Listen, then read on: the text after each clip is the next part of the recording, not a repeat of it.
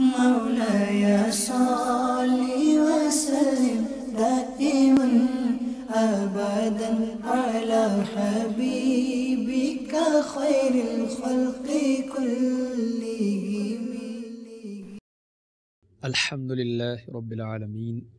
والصلاة والسلام على سيد المرسلين أما بعد فأعوذ بالله من الشيطان الرجيم بسم الله الرحمن الرحيم الصلاة والسلام عليك يا رسول الله وعلى آلك وأصحابك يا حبيب الله الصلاة والسلام عليك يا نبي الله وعلى آلك وأصحابك يا نور الله. میٹھے میٹھے اسلامی بھائیوں اور مدنی چینل کے ناظرین، الحمدللہ عز و جل مدنی چینل کے سلسلے فیضان قصیدہ بردہ شریف میں ایک بار پھر حاضر ہیں. آئیے اچھی نیتوں کے ساتھ سلسلے میں شامل رہنے کا ارادہ فرما لیجیے. شہنشاہ خوش خصال، پیکر حسن و جمال، دافع رنج و ملال، مخزن عظمت و کمال، بے مثل و بے مثال رسول با کمال، سیدہ طیبہ طاہرہ آمنہ کے لال، محبوب رب ذوالجلال صلی اللہ تعالی علیہ وسلم کا فرمان عالی شان ہے، تم جہاں بھی ہو مجھ پر درود پڑھو کہ تمہارا درود مجھ تک پہنچتا ہے. صلو علی الحبیب صلی اللہ تعالی علی محمد صلی اللہ تعالی علیہ وآلہ وسلم. میٹھے میٹھے اور پیاری اسلامی بھائیوں اور مدنی چینل کے ناظرین، قصیدہ بردہ شریف کے آج کے سلسلے سے قبل 146 اشعار اور ان سے متعلقہ مدنی پھول ذکر کیے جا چکے ہیں. قصیدہ بردہ شریف کی 12ویں فصل کے آخری 2 اشعار انشاءاللہ عز و جل آج کے اس سلسلے میں ذکر کیے جائیں گے. مجموعی طور پر یہ قصیدہ بردہ شریف کے اشعار نمبر 147 اور 148 ہیں. آئیے یہ اشعار، ان کا ترجمہ، ان سے متعلقہ مدنی پھول سننے، چننے اور دل کے مدنی گلدستے میں سجانے کی کوشش کرتے ہیں. صاحب قصیدہ سیدنا امام بصیری شافعی علیہ رحمۃ اللہ القوی قصیدہ بردہ شریف کے شعر نمبر 147 میں فرماتے ہیں: اِن لم یکن فی معادی آخذا بیدی فضلا والا فقل یا ذلۃ القدم. میٹھے اور پیارے اسلامی بھائی اور مدنی چینل کے ناظرین، اِن لم یکن یہ جملہ شرطیہ ہے اور اس کا ترجمہ ہے اگر نہ ہوں. فی معادی میرے مرنے کے وقت، تو یہاں معاد سے مراد صیغہ ظرف ہے یہ عود مصدر سے، والمراد حالت الموت، اس سے مراد نزعہ کی کیفیت ہے،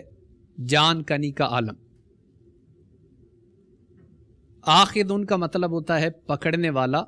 تھامنے والا. بیدی میرا ہاتھ، اور فضلاً کا مطلب اپنے فضل سے. وَإِلَّا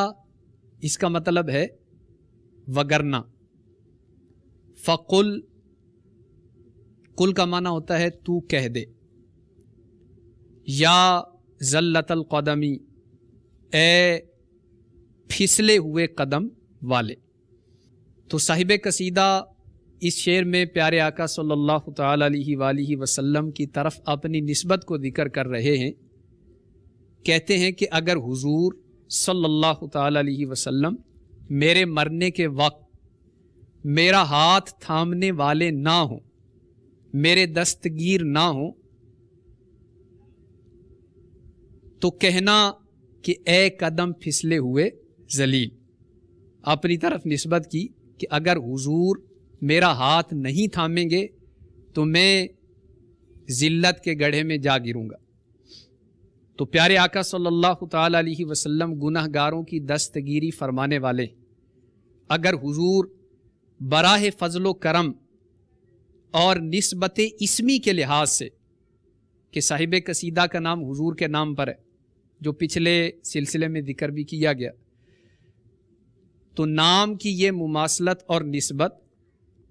اس کے لحاظ سے میری مرتے وقت دستگیری نہ فرمائے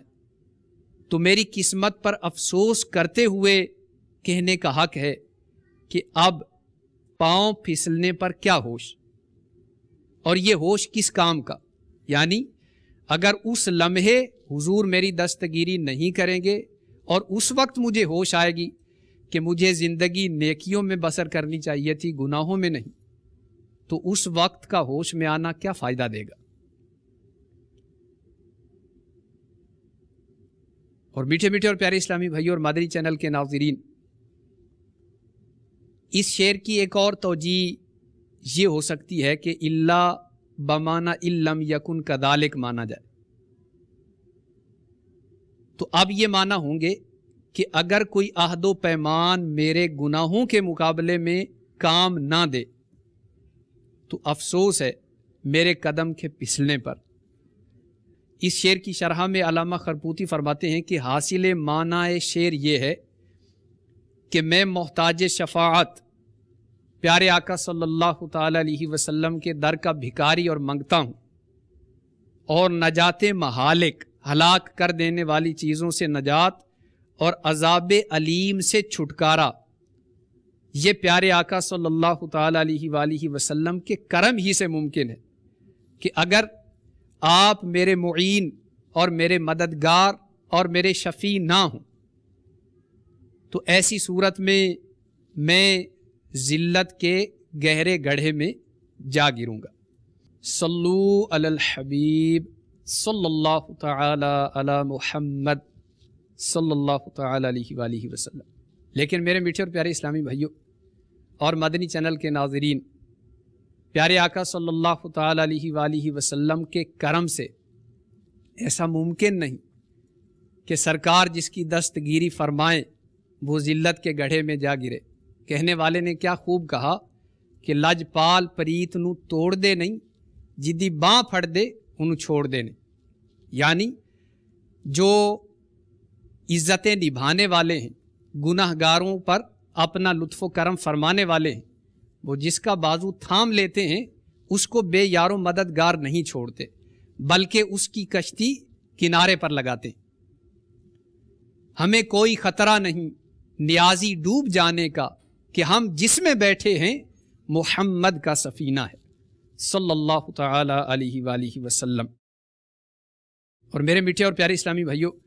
پیارے آقا صلی اللہ تعالی علیہ وآلہ وسلم گناہ گاروں کی دستگیری فرمانے والے ہیں، نزعہ کے عالم میں بھی اپنے منگتوں کو بچانے والے ہیں، اپنے بھکاریوں پر لطف و کرم فرمانے والے ہیں۔ یا الہی بھول جاؤں نزعہ کی تکلیف کو، شاد یہ دیدار حسن مصطفیٰ کا ساتھ ہو۔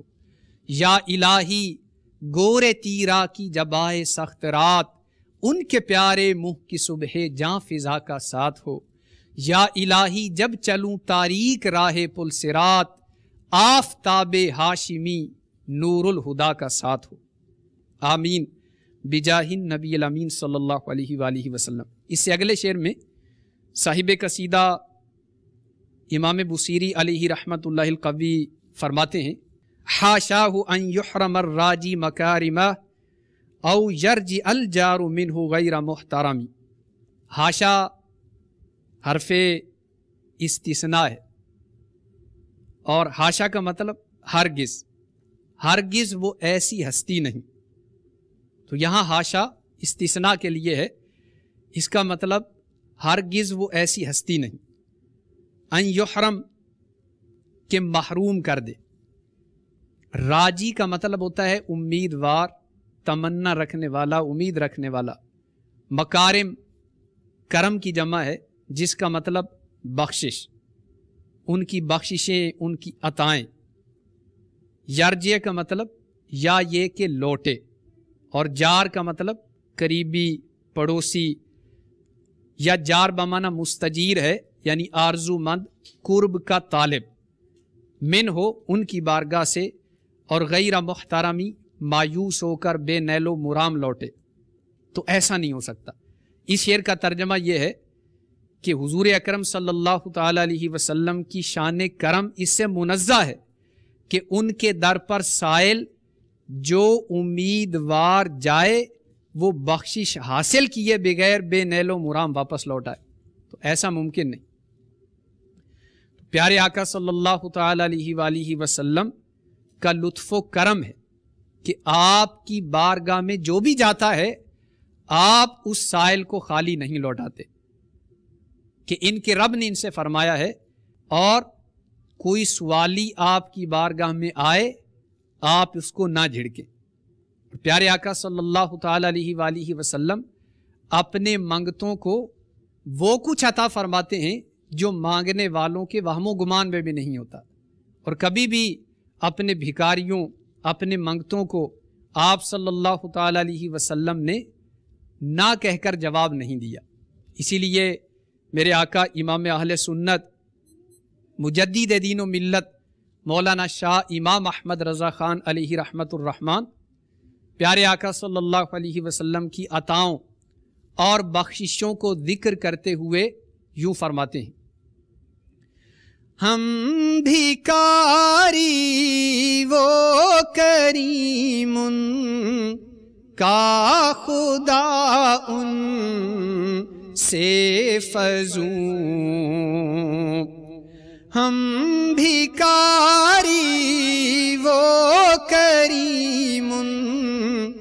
کا خدا ان سے فزوں، اور نہ کہنا نہیں، ہاں ہاں اور نہ کہنا نہیں، عادت رسول اللہ کی، لا ورب العرش جس کو جو ملا ان سے ملا، لا ورب العرش جس کو جو ملا ان سے ملا، بٹتی ہے کونین میں واللہ، بٹتی ہے کونین میں نعمت رسول اللہ کی۔ کلام اعلیٰ حضرت کا مطلب یہ ہے، پیارے آقا صلی اللہ علیہ وسلم کریم ہیں اور ہم بھکاری ہیں۔ حضرت سیدنا عبداللہ بن عباس رضی اللہ تعالیٰ عنہما فرماتے ہیں، کان رسول اللہ صلی اللہ علیہ وسلم اجود الناس اشجع الناس و احسن الناس، اللہ کے پیارے رسول صلی اللہ تعالیٰ علیہ وسلم لوگوں میں سب سے زیادہ جود و سخاوت کرنے والے تھے۔ اللہ کے رسول لوگوں میں سب سے زیادہ شجاعت والے تھے، اور اللہ کے رسول صلی اللہ تعالیٰ علیہ وسلم لوگوں میں سب سے زیادہ حسن و جمال کے مالک تھے۔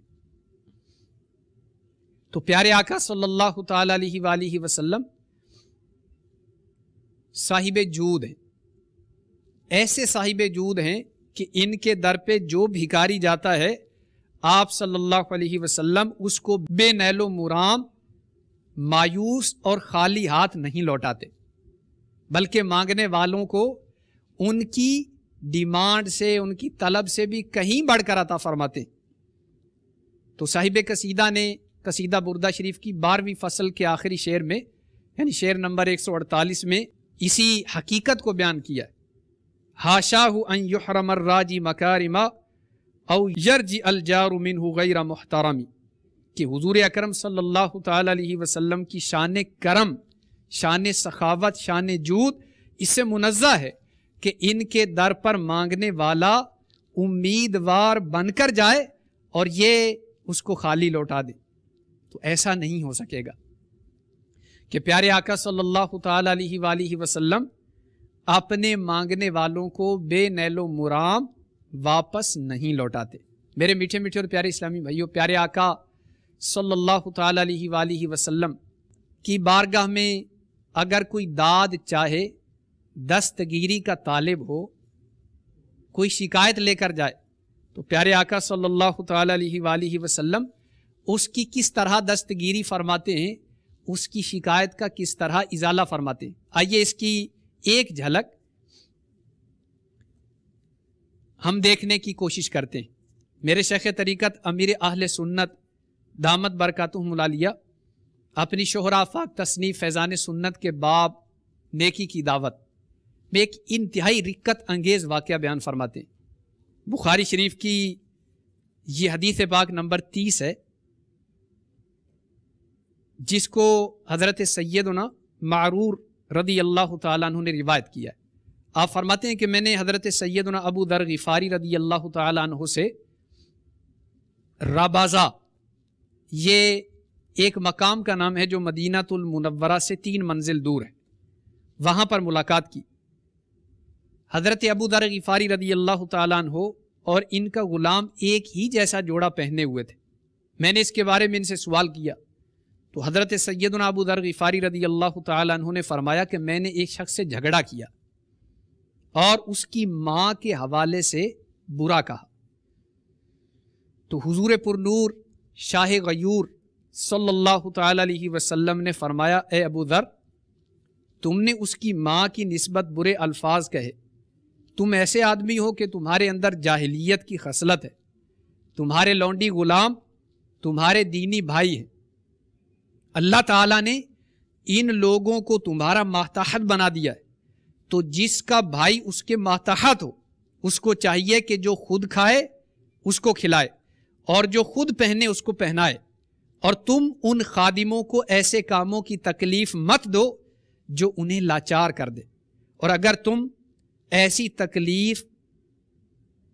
یعنی کوئی مشقت کا کام دو تو خود بھی کام میں ان کی مدد کرو۔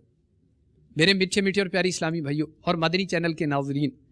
حضرت سیدنا ابو ذر غفاری رضی اللہ تعالیٰ عنہ نے جس شخص کو غلط الفاظ کہے تھے وہ حضرت سیدنا بلال حبشی تھے رضی اللہ تعالیٰ عنہ، اور وہ الفاظ معاذ اللہ کوئی مروجہ گندی گالی نہیں تھے۔ حضرت ابو ذر غفاری رضی اللہ تعالیٰ عنہ نے حضرت بلال حبشی رضی اللہ تعالیٰ عنہ سے جو الفاظ کہے تھے وہ الفاظ یہ تھے، اے کالی ماں کے بیٹے۔ تو حضرت سیدنا بلال حبشی رضی اللہ تعالیٰ عنہ کو ان الفاظ سے رنج پہنچا اور آپ نے جا کر بارگاہ رسالت میں اس کی شکایت کی۔ تو ہمارے لیے اس میں مدنی پھول یہ تھا کہ کوئی شکایت لے کر جائے، آقا اس کی دستگیری کیسے فرماتے ہیں، اس کی داد رسی کیسے فرماتے۔ تو سرکار مدینہ صلی اللہ تعالی علیہ وسلم نے حضرت سیدنا ابو ذر غفاری رضی اللہ تعالی عنہ کو ڈانٹا اور نصیحت فرمائی۔ اس کے بعد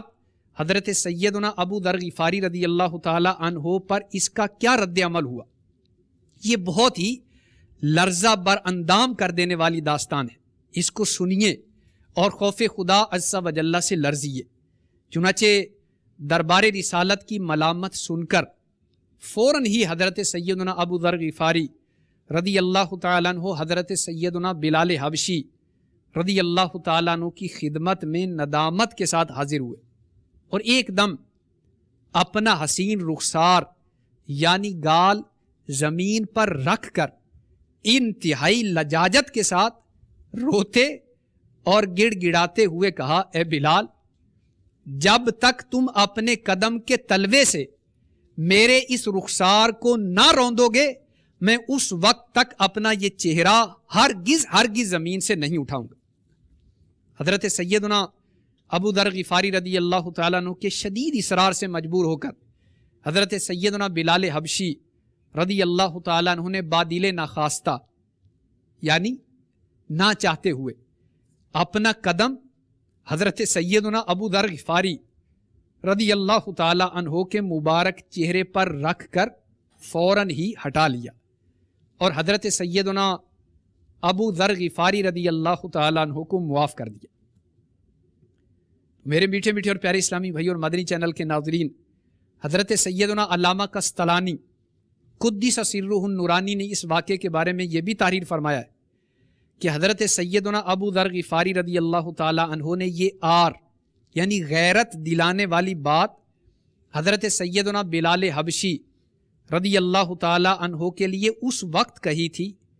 جب کہ حضرت سیدنا ابو ذر غفاری کو اس قسم کے الفاظ کے حرام ہونے کا علم نہیں تھا، ورنہ حضرت سیدنا ابو ذر غفاری رضی اللہ تعالیٰ عنہ جیسے پیکر تقوی ایسی بات کا تصور بھی نہیں کر سکتے۔ اسی لیے حضور پر نور صلی اللہ تعالیٰ علیہ وسلم نے صرف یہ لفظ کہہ کر ان کی سرزنش فرمائی کہ تمہارے اندر ابھی جاہلیت کی خصلت باقی ہے، اور یہ زجر و توبیخ یعنی ڈانٹ ڈپٹ بھی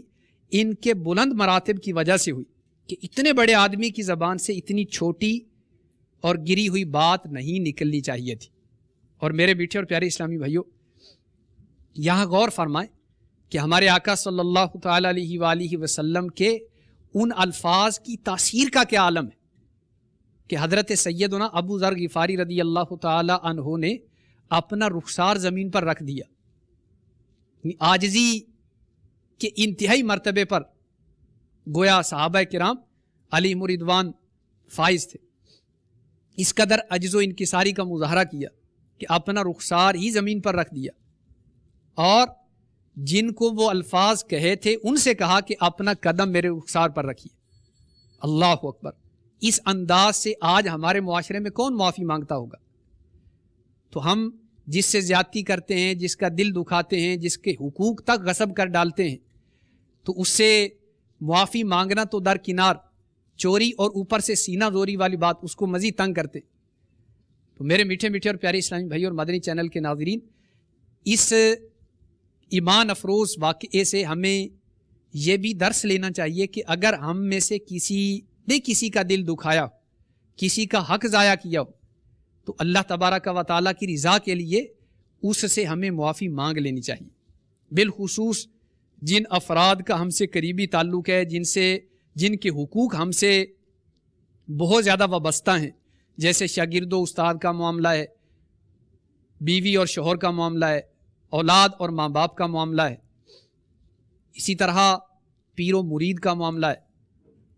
یوں ہی آپس میں رفقا ہیں، ایک جگہ کام کرتے ہیں،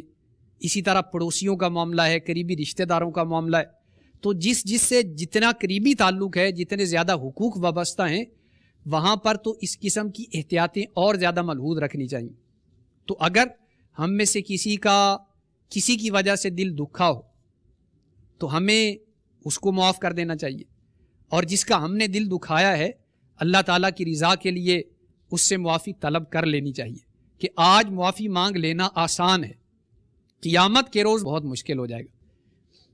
تو میرے میٹھے میٹھے اور پیارے اسلامی بھائیوں اور مدنی چینل کے ناظرین، آپ نے یہ بھی ملاحظہ فرمایا کہ ہمارے آقا صلی اللہ تعالی علیہ وآلہ وسلم کس طرح دستگیری فرماتے ہیں، داد رسی فرماتے ہیں۔ تو صاحب قصیدہ بردہ شریف نے پیارے آقا صلی اللہ تعالی علیہ وآلہ وسلم کے دستگیری کرنے کو، فریاد رسی کرنے کو اپنے ان اشعار میں ذکر کیا ہے۔ تو دونوں اشعار کا خلاصہ اور حاصل معنی یہ ہے کہ پیارے آقا صلی اللہ تعالی علیہ وسلم نزعہ کے عالم میں بھی، نزعہ کے بعد بھی یعنی بعد موت قبر میں بھی، اور قبر سے اٹھنے کے بعد حشر میں بھی ہم گناہ گاروں کی دستگیری فرمانے والے۔ اے صورت شالہ پیش نظر، رہ وقت نزعہ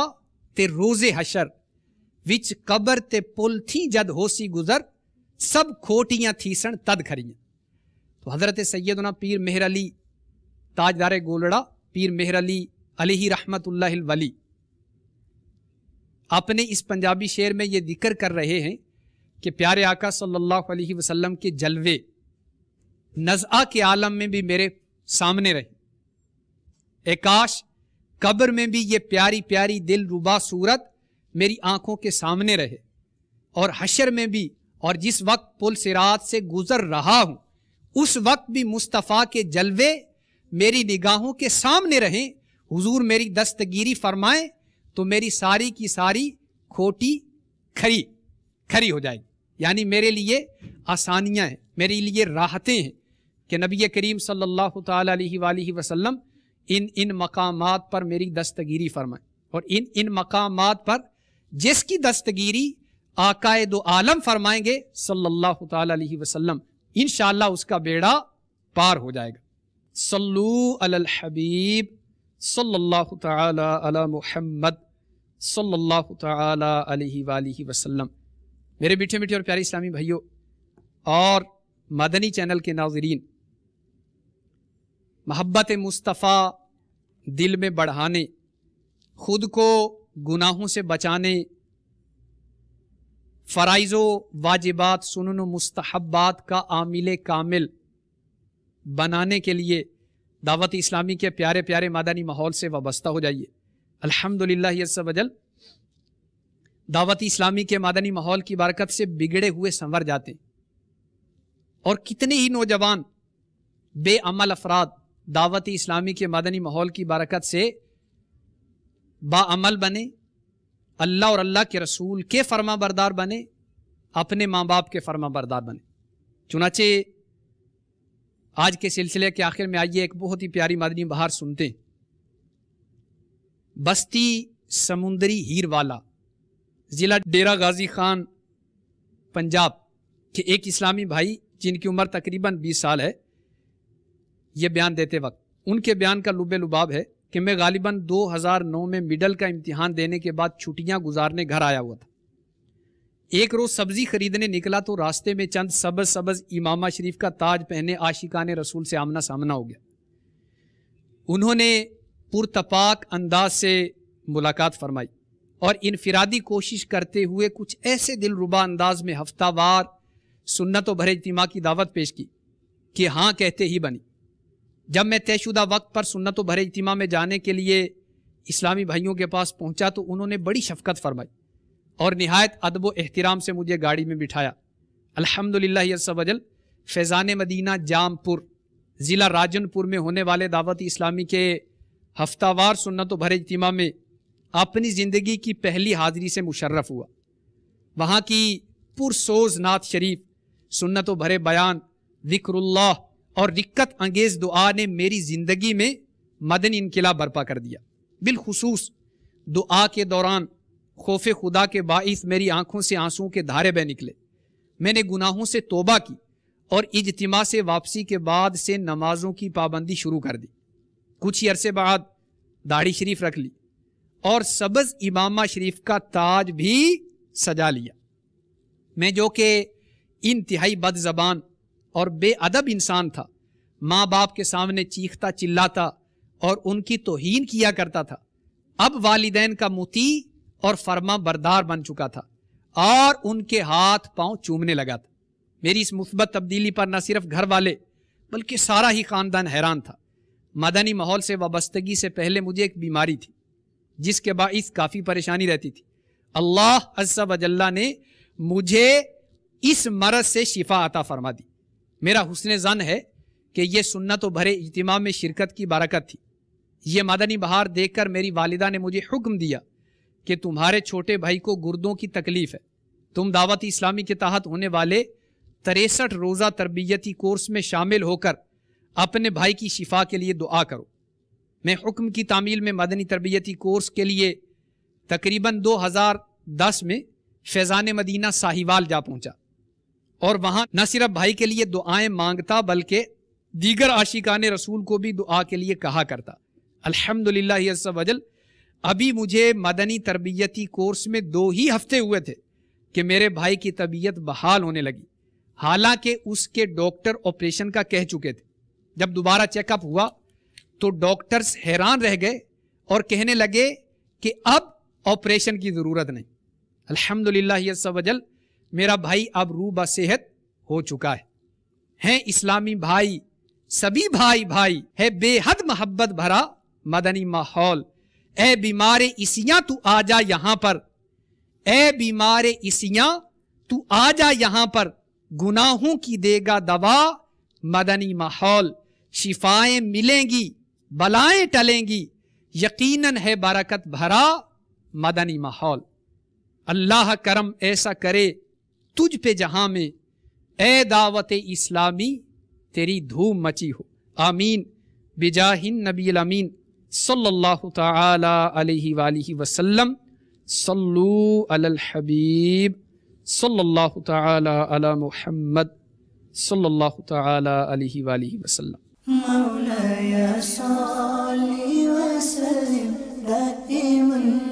أبدا على حبيبك خير الخلق كلهم.